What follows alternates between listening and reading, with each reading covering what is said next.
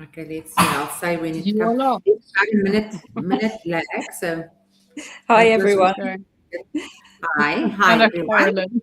Hello. Hi, Carolyn. Hi, Antoinette. Hope you all had a Hello, good day. Retha. Hi. Yeah. Okay. So we're covering Gauteng, Cape Town in the UK. Today, that's a great spectrum of logistical coverage here, hey, isn't it? So, okay, I'm so trying to see pleased. if you Am I the first guest on the first podcast? You You're are. definitely the first guest. Well, Yes. that's great. Well, Yeah. thanks everyone for tuning in. Yeah. So I feel like I need to confess a little bit something here before we start. Caroline is sort of technically actually my tutor, or let's say my mentor.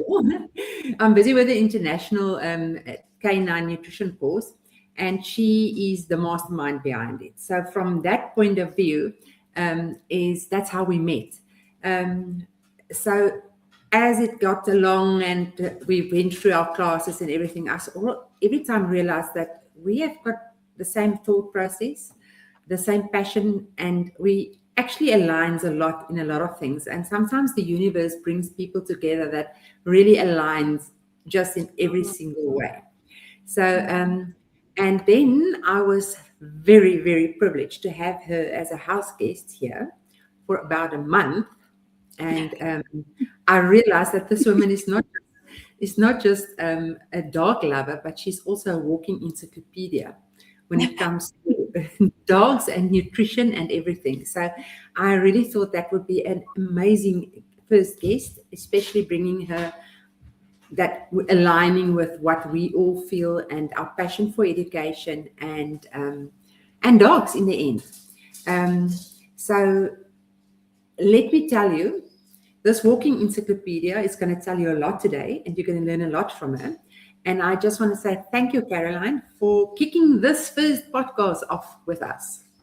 So welcome. Thank you. I like it. Can we change it to walking encyclopedia? That's a brilliant way, a walking encyclopedia. That is a brilliant way, yes. Well, that is a true description. So. Yeah, it's brilliant. It's lovely to meet you for the first time. I think we spoke on the phone or via Retha's phone, but it's lovely to see you in person and meet you as well. Yeah. Sorry, guys, I'm getting a message here that says Yellow's lot. So people are on We Love Pets, but the podcast, the live is not streaming. Yeah, I can see it. Can you see? Yeah. Maybe they should just refresh. Yeah, they need to refresh. For me, it's definitely there. Is it definitely there? Okay, guys, we're going to need to get this. This old tennis is. For me, it's underneath the hats post with Adidas. Okay. Underneath the hats post. There it is. There it is. We are not late. You see it. Denise. I'm getting WhatsApp saying we are late. I just need to say, nope, we're on. I'm not sure how quick it's streaming it, to be honest. We do seem to be kind of frozen a bit on there. But okay. But anyway, maybe they should just keep refreshing. Yeah, yeah. You should get a recording of this, Antoinette, and then yes, if you need to. Absolutely. I'll definitely. The recording will be downloaded and it will be posted onto YouTube, and then from YouTube we'll share it onto the other social channels as well. So it will definitely be available for everyone forever. So that is it. There's a thumb. I can see a thumb. That's my thumb. Is that your thumb? Okay, great. Thanks, Retha. Look, we did have a little test run Monday night. Yes, Monday and night. Explained. Was it? Oh, Monday night. And just explained to everyone that we are two tannies just figuring out techie stuff. So bear with us. Yeah, so that's the fun part when you do something that is new, and like my children always reminds me a lot that I am definitely not the world's greatest tech tech wizard, But yeah, I think I'm doing quite well for my age. Yeah, but You anyway. know, Rita, we're proof that you're never too old to learn, me and you. Exactly. Yeah, so that is perfect. Carolyn, I'm going to kick off. I think we're going to kick off. Let's start, get the ball on the roll. I think, Annette, you've got a few burning questions. Come in and out. Yeah. Great. Are you ready for the firing squad, Carolyn? Yeah. and no, well, if they've got questions, then we'll see what comes up. No, I mean, you are like a walking encyclopedia with over 30 years of experience in what to feed your dogs. So from your point of view, your perspective, what do you think? How has it changed how people are thinking about feeding their dogs? Well, I think it's very much gone in alignment with how we've changed for ourselves. I mean, we're really beginning to realize, aren't we, that processed food should play a very small, if any, part of our diets. And when we go to the GP, the doctor, they're going to, and the nurses, they will always say to us to eat fresh food. They're not ever, I don't think, going to say to us, yes, you must eat this processed food diet and be healthy. Over here, we have this 5 a day, and I think somebody tried to push it up to 9 a day, and they say eat a rainbow and all that sort of thing. So it's, for me, the biggest understanding is coming through how we're changing what we're feeding ourselves and what we're noticing about farming methods and how things have shifted that way, perhaps negatively. And then that's moved to our children and of course, it's moved to our pets as well. And I think when we talk about fresh food, it's usually the immediate mind jump is that has to be fed raw. But for me, it can be fed lightly cooked too. So, you know, if raw doesn't suit the dog because maybe they're a senior dog and they might need some help with digestion, or even the guardian just isn't ready for what they know or think is raw feeding, there is absolutely no reason why they can't feed fresh, lightly cooked. It is so easy to make at home. It's also very accessible pretty much globally to buy ready-made fresh, lightly cooked foods. So yeah, and when a food is genuinely fresh, it will be bought from the fridge or the freezer.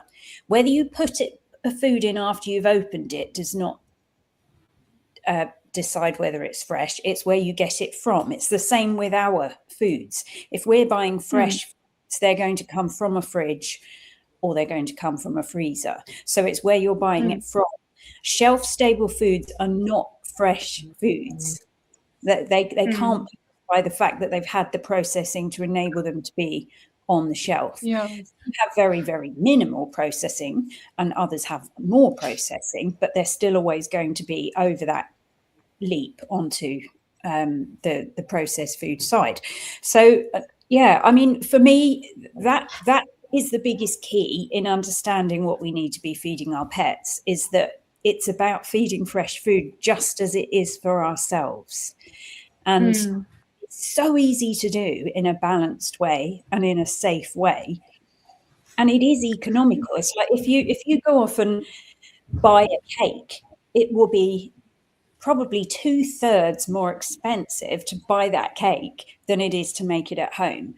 And that's equal to when you're creating a diet for your dog or your cat. You know, it is achievable. So that's kind of where I think things are going, is that understanding and that realization that we can do this, you know, and we've got so worried because we've been told that someone else needs to decide what is a complete and balanced diet for our dogs and that we're incapable of doing it. And actually it's very easy to do. The meat with a bone content has about 95% of what your dog needs. So, and believe me, processed food doesn't have 95% at all. And we can talk about why that might be. But so if you were just meat with a bone content, you would have to do that in its raw form, of course, because you cannot cook the bone. But then already you're feeding about 95% of what the dog needs. If you're feeding it without the bone content, then you're still going to be feeding just with the meat alone about 80% of what the dog needs. So you're already feeding more if you just decide to feed lightly cooked minces.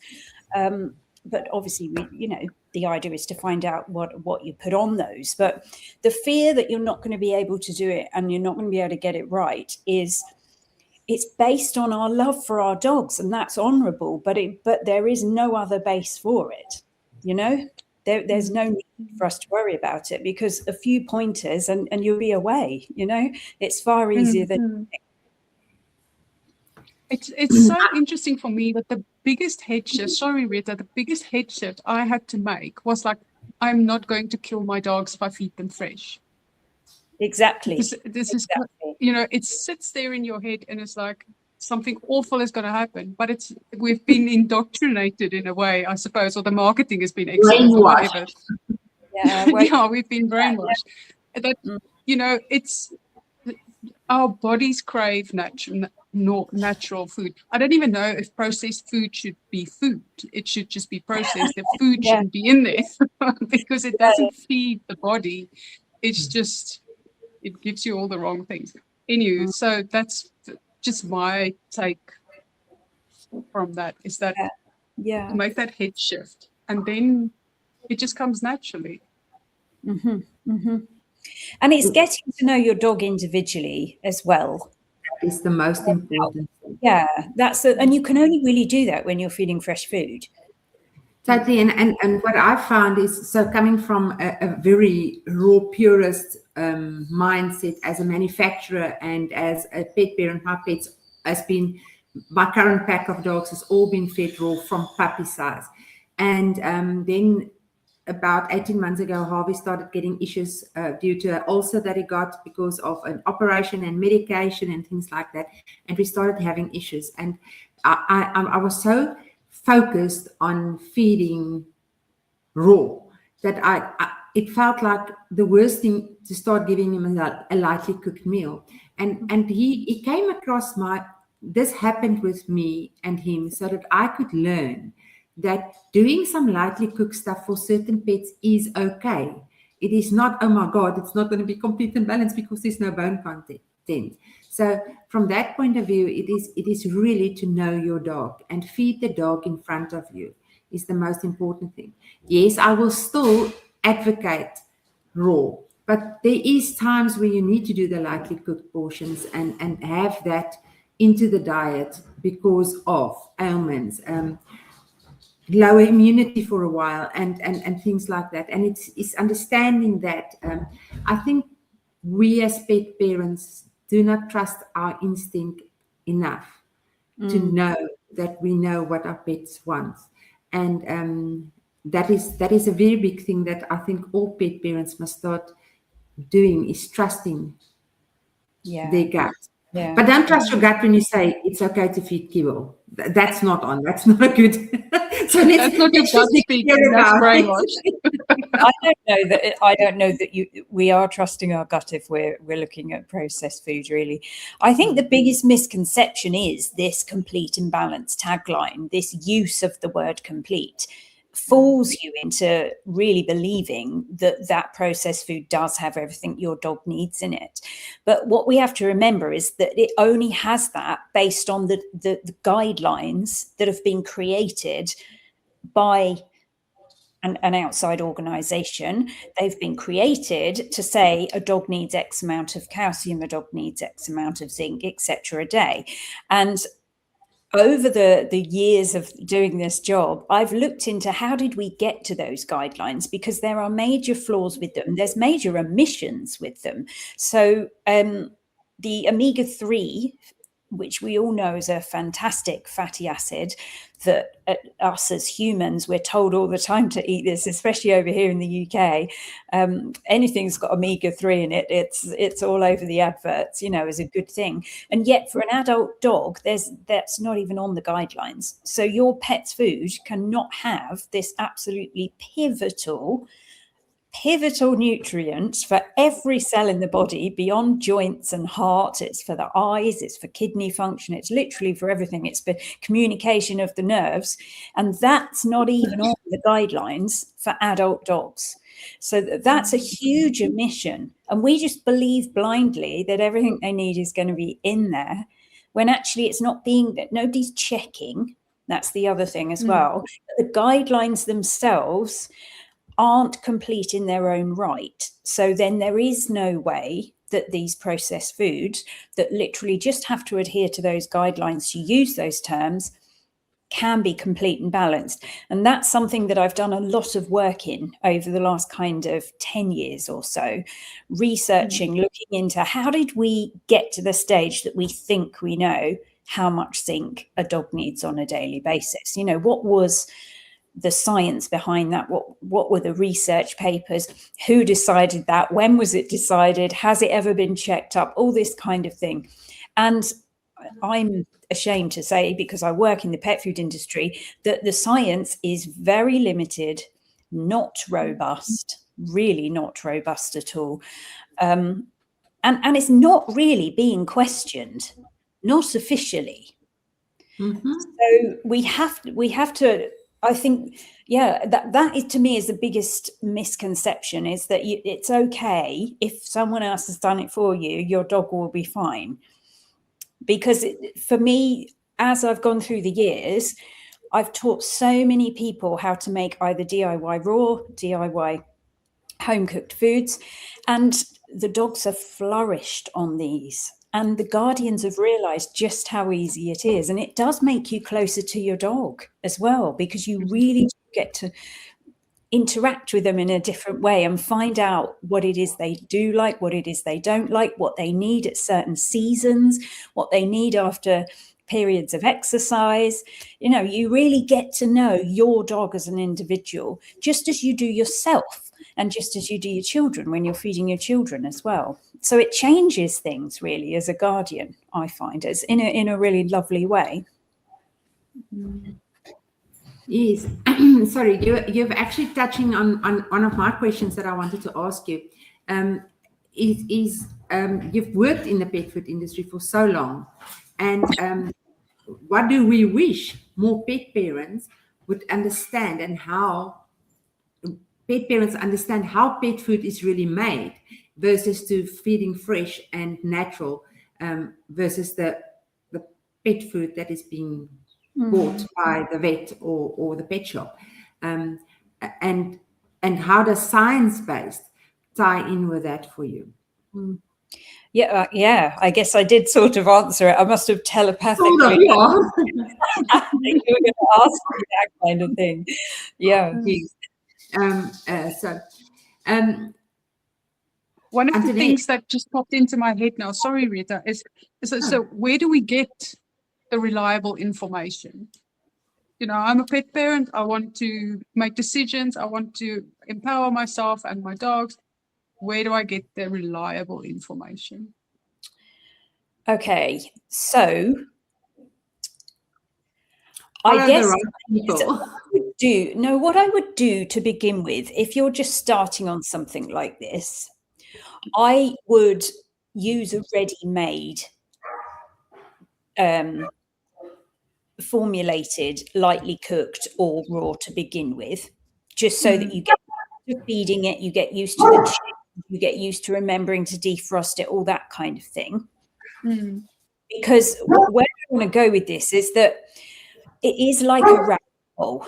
Okay, you start, or rabbit, or losing my W's now, rabbit warren is probably a better bit. Once you've opened the door, there is so many different places to start looking for different points of contact and different information.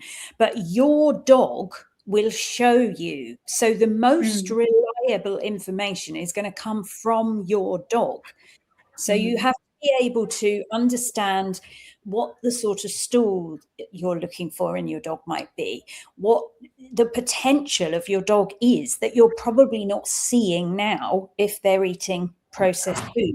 So they can be calm.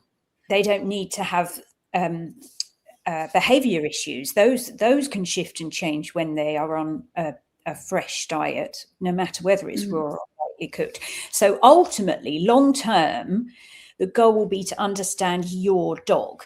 Now, I wish that there was just a really clear, really obvious set of information that I could send you to. You really want to be looking for someone who's done the research themselves. So we started the APNC in the UK because we're seeing a lot of different people calling themselves various different titles who are not really teaching guardians in a way that they can really understand in an easy to understand reason why it is that cells do better when they get all the different nutrients they need from fresh food. So there's all sorts of titles as well being jumped around. So I wish that there was a really, really obvious, you just go here and all your problems will melt away and you'll know exactly what to feed and exactly what to feed your dog. There are books that you can look at as well. So there are various authors. We could maybe put them in the comments underneath. But you don't want to take anything anybody's saying as gospel in the fresh feeding world, because they will only have their experience based on their dogs or the things that they looked up, if you like. I know that's like a correct answer, but it's, no. Yeah, let me have a think about that. I mean, the reason I've done a lot of the things I've done, and I've co-founded the APNC, and I've got a lovely book that I give away, like a booklet I give away at the Natural Dog Expo, my UK conference, called Fresh Proof. And the reason I've done that and I've created that is because nobody else had created a little booklet that had all of the science behind fresh food availability. And to my knowledge, no one except myself and the co-founder of the APNC has done this huge deep dive into where did these guidelines come from? Why are we saying dogs need this amount of zinc or this amount of selenium, whatever that might be? And to me anyway, they're the fundamental questions we need to be asking. Whether dogs need vegetables or not is like then another periphery to me, and it will depend on the dog and it will depend on the situation. But the actual fundamental basics of how we know how much your dog needs each day, I don't know that many, or how we got to that. I don't know that apart from perhaps Dr. Connor Brady, he's looked into this in order to create something of a formulator with better guidelines, based on better guidelines. But yeah, I don't know anyone else that's done this. So we're kind of, I always have been quite pioneering, but I always find that I'm still pioneering. Like, even though I think I've lost Carolyn. There you go. I can hear her. Sorry, guys. My dog's is a little bit grumpy today, so sorry about that. If I look at guidelines and things to follow, it's always, I think, a little bit of an OCD part in me has always said that guidelines is just a basic to get better, and just use your basic common sense when it comes to ingredients and so forth. And when you are feeding your dogs, when you start with a ready-made, like Pawz Raw for argument's sake, it gives you confidence to start understanding what you need to feed, and then that makes it easier as you grow. And if you come down 3, 4, 5 years later down the line, you get to a place where you understand but this is what I see in my dogs, and my dog needs to do a little bit more of this or a little bit less of that.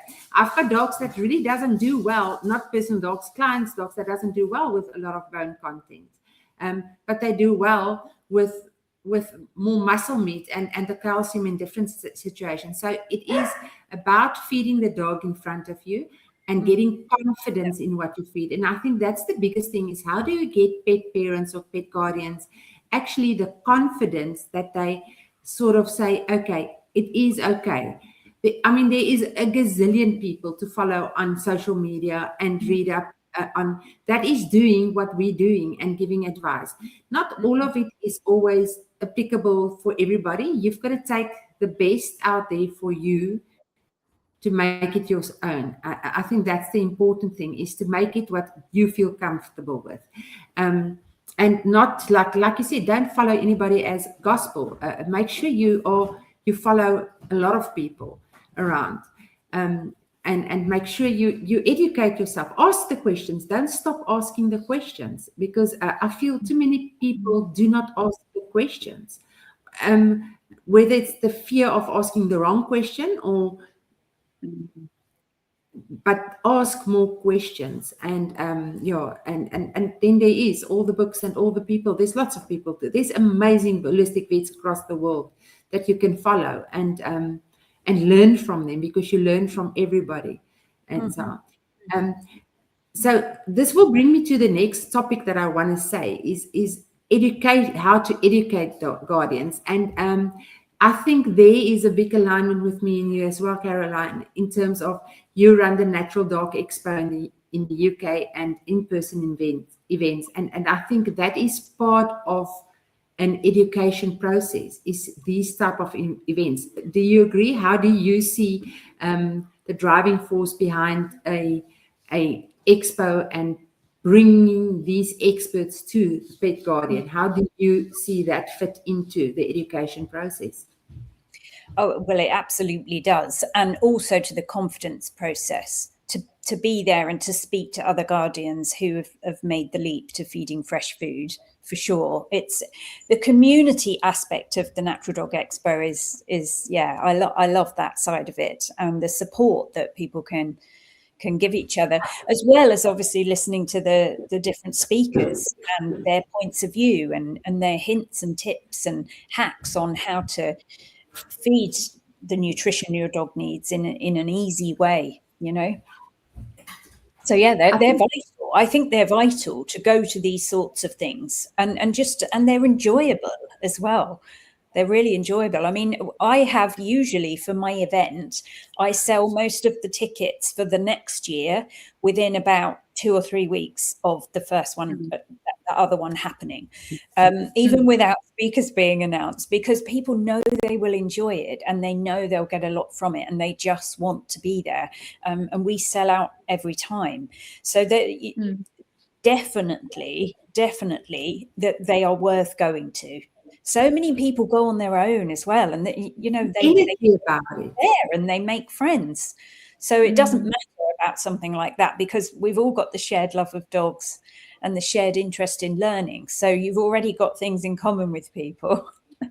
That's so true. And the energy, I mean, we've African Pet Health has been 1 year down the line, and the energy and the support, it's for us. Remember, South Africa is a little bit behind to where the UK and the US is, and I think it can be very lonely out there for us to people say, you feed your dog what type of scenario, when you say you feed raw, you feed natural, and having the energy of other people that actually shares your point of view, it makes it like a real community and give us strength and confidence, and it is an absolute amazing energy to be at these events, and make sure you are. I've done this for many years, and I've gone through, every time I go to an event, I can listen to speakers that I've seen and been with before, and I always learn something new. I always get a new take on something fresh and better for dogs and for my clients, for that matter. So I think it's very important to do the community thing. Yeah, absolutely. Yeah, it really is. It really is. We have so much fun. We always have so much fun at these events. Yeah, and it's great. It's not just for vets and pet professionals. It's for everyone, and it's very inclusive. And that's what I loved about the one last year, Retha, is that people were so excited to share ideas and their... Have we lost you? We lost Antoinette. She's freezing. There, you're back. I nearly said the bad word. Sorry. Oh my word. Yeah. A similar word to what people say when they realise quite what they've been feeding their dog for the last 10 years. Yes, a simple word. Yeah. You know what I do think is this is creating a safe space for people to learn and ask questions and realize and get to learn new things. And the main thing with being alongside vets, it's not just to have the vet to impress or teach the vets. It's because it's to show the vets and the pet parent that we are here together to learn together and make it better for our pets. Like I say, one bowl of food a day. One dog, one bowl of food. That's how we're going to change the world. We're going to get you. Yeah. I need to fill in everybody's head again. The other cool thing is that pet parents actually have a lot of power because we're becoming more informed and we're learning about these things and we're going to these events. And then we go and see our vet and we can actually have a conversation with facts and science and not just accept the whatever it's. And I think if you approach your vet in the right, in an open and accepting way, it can be a hugely collaborative tool to make life better for your pets. Yeah. I think for vets, it's if they're prepared to go, they've got an open-minded enough viewpoint to go, then it's almost like a reminder for them of true biology, how the dog's gastric and acid and stomach and everything actually works. And it's like, okay, yeah, this is bulb moment. It doesn't go. Yeah, exactly. It's like reminding, which is terrific. That they can put the pieces together then of what it means. And we've come so far with science now with fresh food. We really, really have. There are so many studies. I mean, I'm adding them again more this year to the Fresh Proof booklet. Every year I'm adding more. And with the advancement of the microbiome testing as well, we can literally see data that shows the changes when dogs switch over to fresh food and those beneficial changes and the reduction in the kinds of bacteria that we don't want to see as opposed to the ones that we do. So we can see the changes and we can literally have data to show that something good has happened when the fresh food's been eaten. So that I love that side of it with the microbiome side for that reason. Yeah, that is absolutely that is the greatest part of the research that there is around and starting to happen. I mean, it's much better research that we can see with this happening than research with kibble, actually, and especially prescription kibble that is claiming to be doing X, Y, and Z, and there's no real study showing that it is changing. It's very little studies, and there's such huge. I mean, I just think about Anna's research that she does and the results that we can get. The science shows us, but there is truth to this. Yeah, I mean, all of these, what you learn on the APNC is that all of these prescription diets have a set of guidelines, which are like an adapted version of the complete and balanced guidelines that I mentioned before. So the complete and balanced guidelines aren't complete and balanced anyway, but then they're adapted to fit with certain factors that we might know influence disease, like certain diseases might need less phosphorus, some might need less magnesium, that sort of thing. So they're just slight adaptations. So on the APNC, we teach our mentee consultants how to utilize those clinical guidelines for each of the ailments to create diets. So you can still feed a fresh food and meet those guidelines. It isn't, they don't, even for an ailment, it doesn't mean that you can't feed a fresh food. And for me, when your dog is poorly is the one time you want to be adding that vital life force flow into the dog. You really want that energy in the dog so that their whole cellular communication is enhanced. And you don't want to be adding in things that could affect that can break you down. That as well. Yeah. And so you want to be having the food that's most bioavailable. You want to have food that is least likely to create inflammation in a dog that's already poorly, no matter what's going on for them. So that one time that really the dog does need fresh food, very often they get given a clinical bag of food because the vet has been told by whoever it is that they're using, the reps from these different food companies, that this is what the dog with the kidney disease has, this is what the dog with the gastro diseases has, this is what the dog with struvite crystals had, etc., because it's nice and easy for them to do that. But those are the dogs that really need fresh food more, because healing needs to happen and they need all the different bioavailable nutrients and the least inflammation in the body possible. So to know that you can create functional recipes with even lightly cooked, if the vet isn't confident enough to suggest raw, even with lightly cooked, that can be done. And we're flying with this, you know, so many dogs through our mentors and qualified consultants are getting better. That is totally, I can see it on a daily basis. I mean, if I need to put a book together of case studies, it is unbelievable. It is just unbelievable. So let's do a little bit of forward thinking. Looking ahead 5 years from now, what and where do you see fresh feeding and natural health movement going? Where do you see it and where do you wish it to be? Well, I do think it's going to grow considerably. I do think it is going to keep growing, and we're going to have more and more countries in the world that can access ready-made foods, really. So it's much easier for them to feed. I really hope that does happen. I really hope that does. I have so many students from across the world studying with me, and I think that's going to grow as well. Just the voice, really, of fresh food in general is growing. Now, I wonder if we're going to see less supplements. There are so many supplements on the market now that it's sort of, I wonder at what point is the bubble going to burst on that, because it just seems like everybody's doing supplements to try and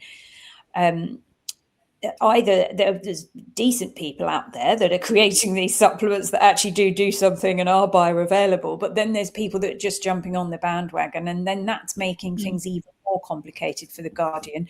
So I would like to see a reduction in supplements, really, so that we can really just have the ones that we need when we need them. Whether that will happen, I don't know. It could do. I mean, the thing is, it all depends as well on what happens economically. In the UK, it's tough now to run a small business, and a lot of supplement companies are small businesses. So it could be that they are affected. And it may even be that if we keep having global issues with meat as well, that it makes it tougher to feed fresh food as well, and we have to be more discerning about where we're getting the meat from. So yeah, that could happen. It's not necessarily all going to be positive. These are things that we're going to have to consider, though, I think, for the future. Yes, that's a big consideration. Two things that pop into my head. You see the kibble companies jumping on the fresh food.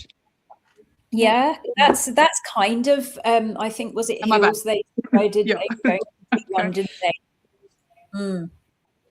Yeah, I mean, that might happen. I can't see them doing raw, but I can see the fresh cooked being available. And then the other thing is, you know, often people are using cost as a barrier to start feeding raw or natural. But if you start adding up all the supplements and you do like a cost breakdown for like a cost per serving, and you add then the supplements on top of that, the cost as well, and you compare that with your raw or natural or lightly cooked diet, I think a lot of people are going to be very surprised that it's not cheaper. Kibble is not cheaper always. Definitely not. And I think that's where you need maybe the help of somebody from the feeding company or somebody like the APNC members or associates to help you to see how you can still feed everything you need to feed, but in a more economical way as well. Yeah, I mean, we are in a tough economic situation, I think, worldwide, South Africa. And people also have busy lives, so for me, the pre-mades are like perfect. I started DIY and then with 6 dogs, and then moved to Pawz and Raw, and it's the best thing ever. Life is just so easy. Yeah. Because it's just, and the food, the great things, like people think raw food smells. It doesn't. Can you guys see this question? Is this yes, I can see the question. Let me quickly say that Annalise is asking, people making their own and who use store-bought meat and vegetables that is not organic, free-range, etc., may lack in vitamins, minerals, nutrients. What is your feeling with regards to supplementing them? Supplementing then. Well, because, I mean, unfortunately, not all fresh is always good. That I can tell you definitely. So, well, it certainly would still always be more bioavailable what was in there. So whatever you do, don't add processed food thinking you're adding vitamins and minerals, because that's the last thing you're doing. In fact, what is more likely to happen is the phytic acids in the processed food would hinder the absorption of something in the fresh. So that's definitely not the answer. I am more of a fan of super greens. It depends what it is that was lacking, but I probably wouldn't even bother with the vegetables in the first place and use really good quality super greens like wheat grasses, organic wheat grasses, if you can get them as a powder, or a blend with wheatgrass, spirulina, that kind of thing in it, because they are so packed with nutrition that then you don't need to add the vegetables. There's nothing then in the vegetables that you're going to be giving them that they need on a nutritional basis. It depends then on the dog whether they need vegetables to support their gut at the time for any reason. There are certain plant polyphenols that help the growth of certain microbiome. So it may be that at the time your dog needed to have that to help with the growth of that. Also, kelp can be added for iodine as well. So kelp's a really, really useful one. So, I mean, nutrition-wise, I don't think we need to be adding vegetables to get nutrition from them, but there are other reasons why that might be suitable for them, like if the dog needs it for their gut at the time. Yeah. So I would say to try to feed meats that have a good protein content. So you don't want a really fatty meat, because then the fat is there instead of the protein. So you're looking to give them a decent amount of protein. But also this, I mean, the person, isn't wrong in that this could happen with fresh feeding, but it's still going to be better than the processed food, because the processed food, it doesn't even, like, the fresh food has more different types of nutrients that aren't on the guidelines for the fresh food. So yes, it might not be ideal, but it's still going to have more in it. And what it does have in it will be better bioavailable. They will be better digested, better absorbed, better recognized in the body. They'll be utilized better. They'll be easier to detox. They won't hang around causing issues. So there are all sorts of reasons why that diet would still be more beneficial than going on to a dry processed food or the majority of tins. Not all the tins, but the majority of them. And I think that person could invest in a one-off consult with somebody from the APNC or yourself, Retha, if they're in SA, just to make sure that they are doing everything okay. And then they're set for life then. Yes, guidance. And I think we need to get the word out there more that it's not just about Pawz Raw for argument's sake, but it is about the advice and the guidance to feed better. Overall, for me, that is it. So I then want to ask. There's a nice comment there from Mr. Miyagi from Lindy. Okay. Yes. Okay. Sorry. I'm sold on raw since Mr. Miyagi's journey. Very nice comment from Lindy. From Mr. Miyagi. Yeah, I'm sold on raw since Mr. Miyagi's journey nearly a year ago with Retha and Pawz Raw. I can honestly say his condition is absolutely amazing. No inflammation, and it's just a joy to see him really enjoying his food and benefits thereof. So this is something that I found even in my own dogs. And Mr. Miyagi's got a very interesting story. He's a small little cute personality, cutest little thing, and he had a cruise ship and then the other leg also, and because he is so tiny, I think he's less than 3 kilos, an operation was not an option.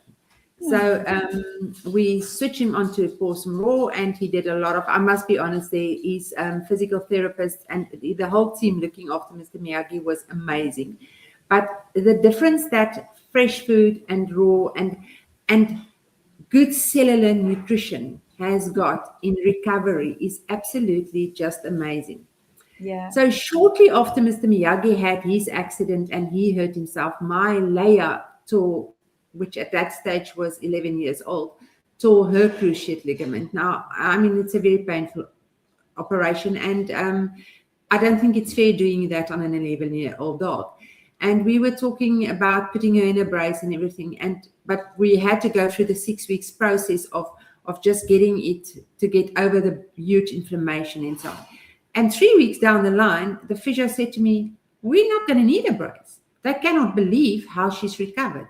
And that is the value of good food. Leia has been on raw since a puppy, so she has had all the building blocks already in there. But good food helps your body recover so much better. I mean, it works in humans. We say to people, if you're sick, eat better and healthy food. But when our pets are sick, we say to them, go onto a highly processed diet, because that's going to be better for your kidneys. I mean, it just doesn't make any sense for me. But anyway, that's me. So from feeding raw and feeding real food, you get real cell activation and nutritional and cellular repair happening, and inflammation is better handled and managed. So yeah, it's really it is great to hear from people like Lindy. It is amazing to know that we make a difference in pets. So sorry guys, my phone just died, so now I cannot see what's questions anymore. So somebody else needs to do that. I'm sorry. I'm not sure there are many questions. Yeah. There's one thing that I want to ask Caroline. If you could change one thing about what the pet food world communicates to pet guardians, what would that be? Well, I think that, I mean, the obvious answer is that changing the idea that raw is bad because it has microbiological issues. But I don't know that that's ever going to happen in a way. I think probably the misunderstanding about fresh, lightly cooked is the biggest thing for me at the moment, because people say, oh, raw didn't work for me, I'm having to go back to dry food, or I'm having to go back to processed tins. And I'm like, no, you don't need to, because there's that middle ground there that always for me gets leapt over and goes straight back to processed. I don't know that people really understand what they're feeding when they start raw feeding. They don't know why. It seems like it's just this new way of feeding that's popped up that they're going to try. But, you know, wild animals don't try raw feeding. That's how they eat all the time.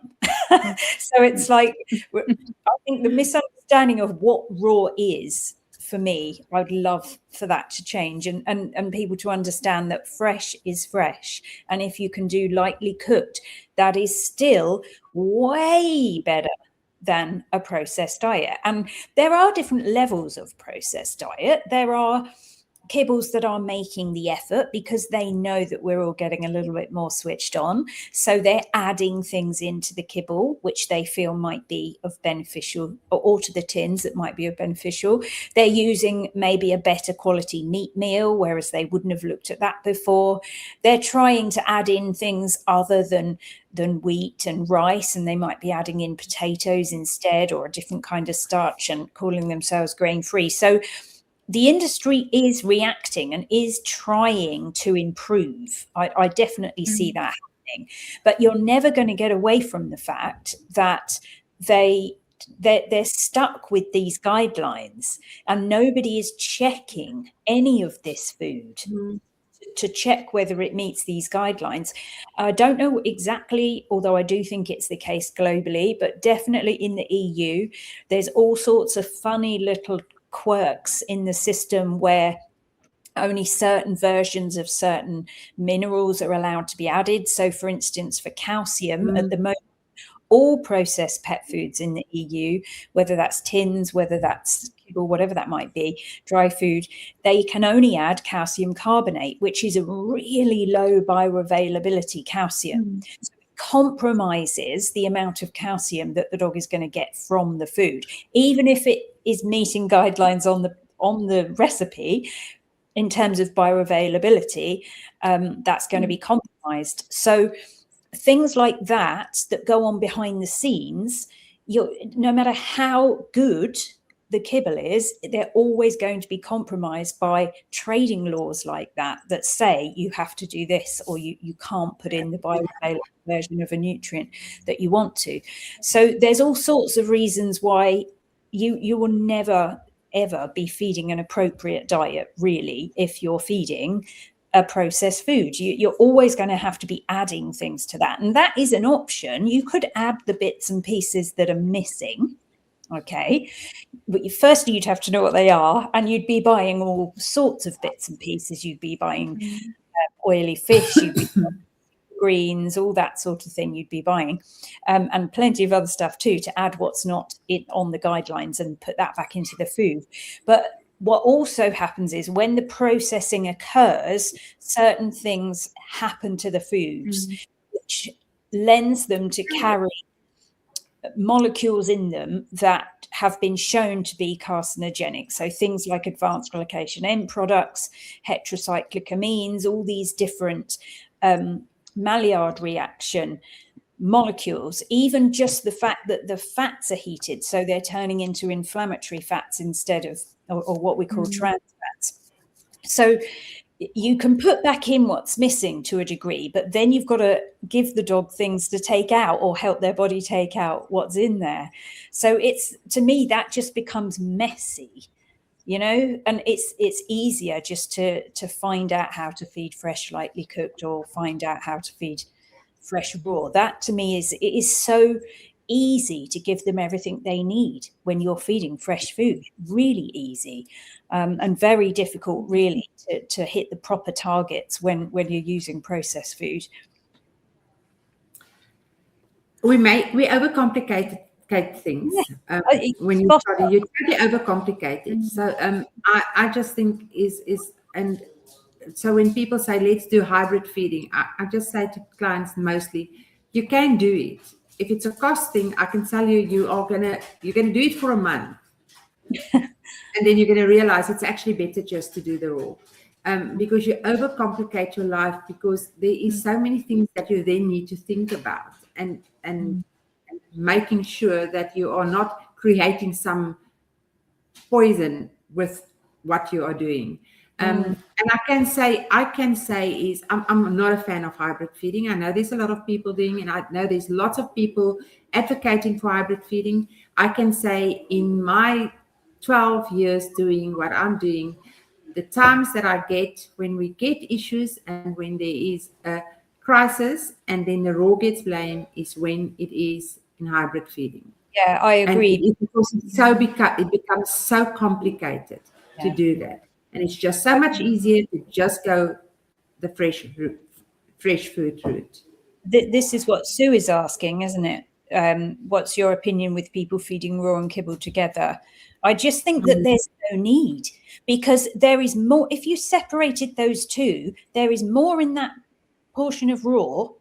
That there's nothing really in the kibble. You're not adding vitamins at all. Like I was saying earlier, what you're really doing is adding something which compromises the mineral content of the fresh food, because the phytic acids in the kibble will block the absorption of the fresh food. So yeah, it kind of is a bit pointless to me. It doesn't do the things that in our mind it's doing, that we're throwing on nutrition. We're not doing that, because actually there's more in the fresh side of it. There is this concept as well that it digests at different rates. I don't think that's entirely true. I think what is happening is that firstly, the microbiome is being compromised, because it takes different types of microbiome to help the body to digest the two types of food. So you're getting that clashing happening, which is what often happens. And then you get through the transition process, you can get the diarrhea happening, because you've got the two different types of microbiome competing. But what tends to happen is that the kibble will disintegrate and swell in the gut. Now, when you feed a fresh food, the stomach can move and it chews away at this fresh food. So it then increases its stomach acidity level. So often then, if you put a fresh food on top of a kibble, the fresh food will be the one helping the stomach to work effectively. So you're in a way helping the kibble to be digested, I think. So this idea of two different time periods, if you fed them at separate times, yes, they would digest at different rates. But then if you put the meat on top of the kibble, you're sort of helping the digestive juices. You're helping the function of the stomach. So it's more of an issue, I think, for the microbiome, and the fact that it is just, for me, pointless. It's a total misunderstanding that we're throwing on nutrients.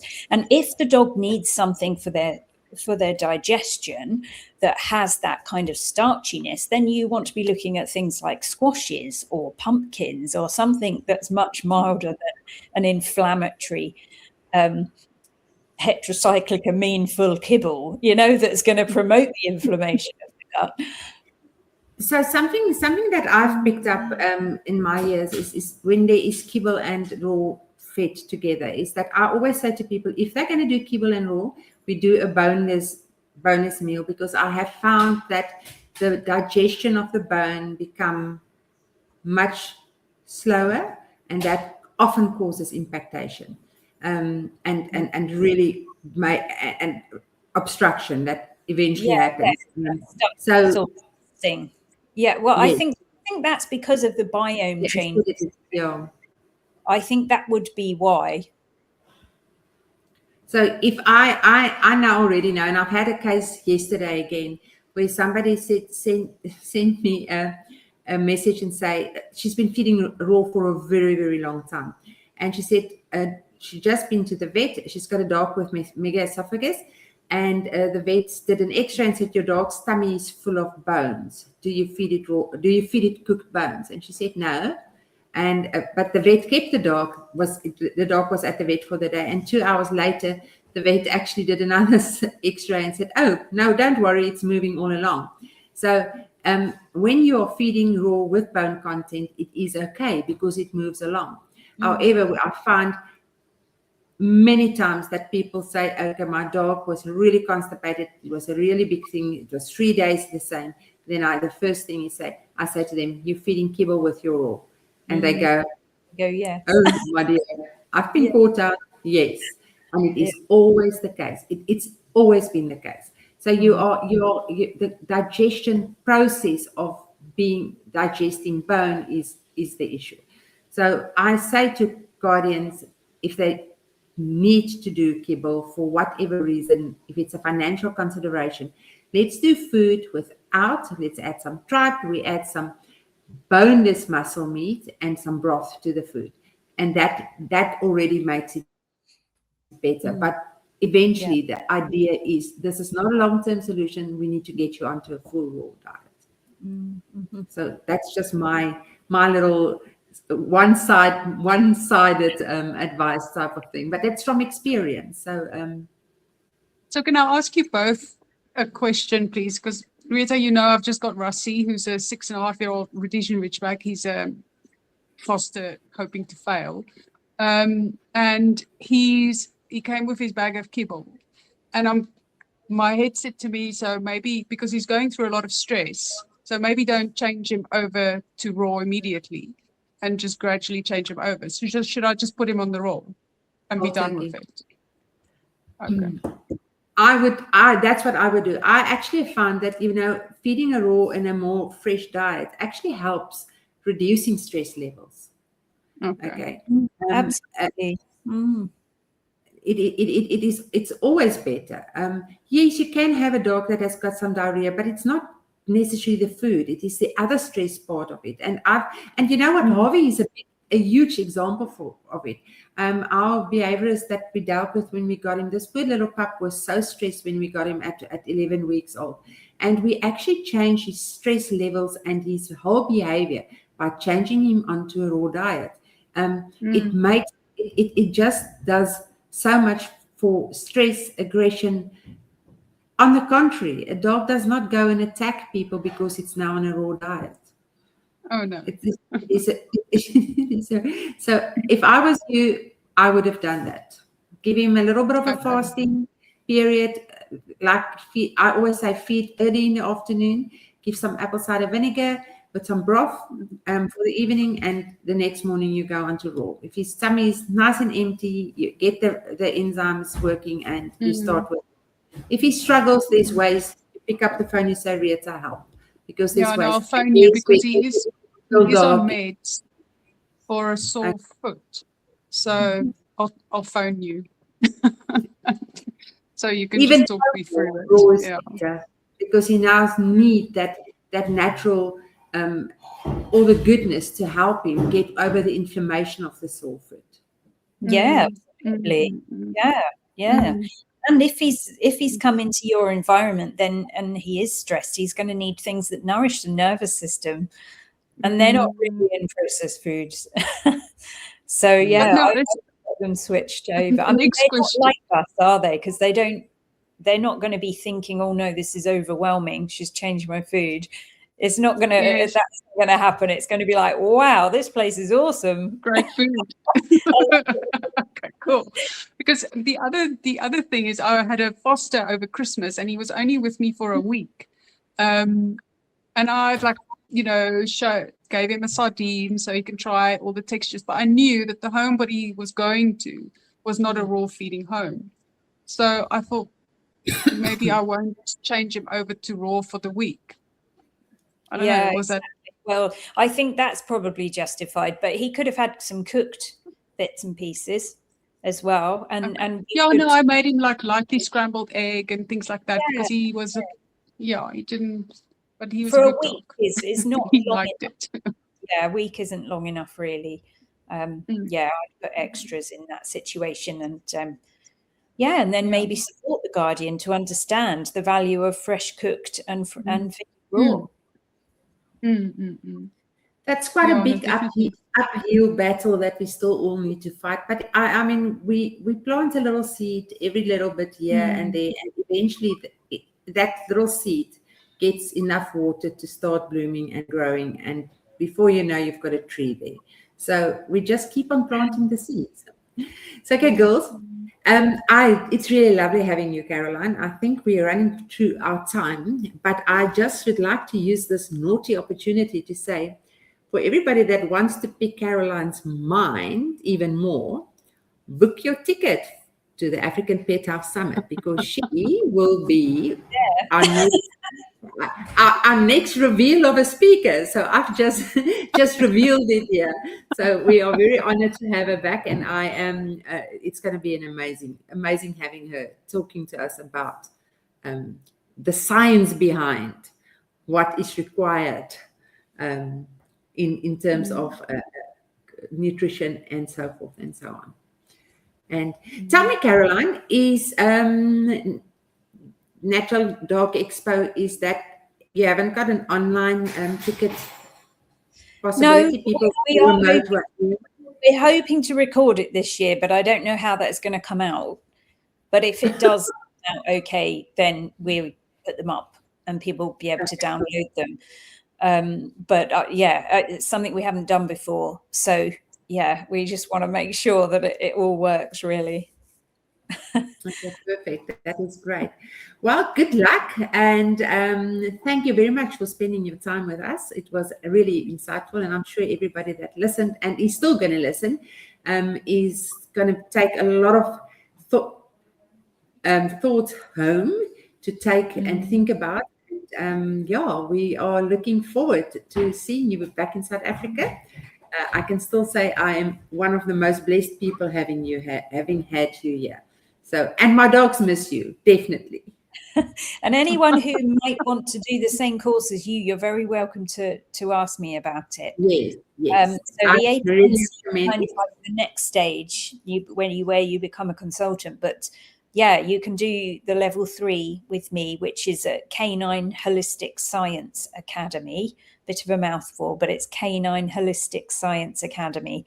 That's got the course on there, my level 3 course. So you can actually put the link on. Oh, okay, on the chat. In comments. Chat. Oh, I can really recommend it. I've done quite a lot of courses. And I can really recommend this. This is a really good in-depth course. It is. It's hard work.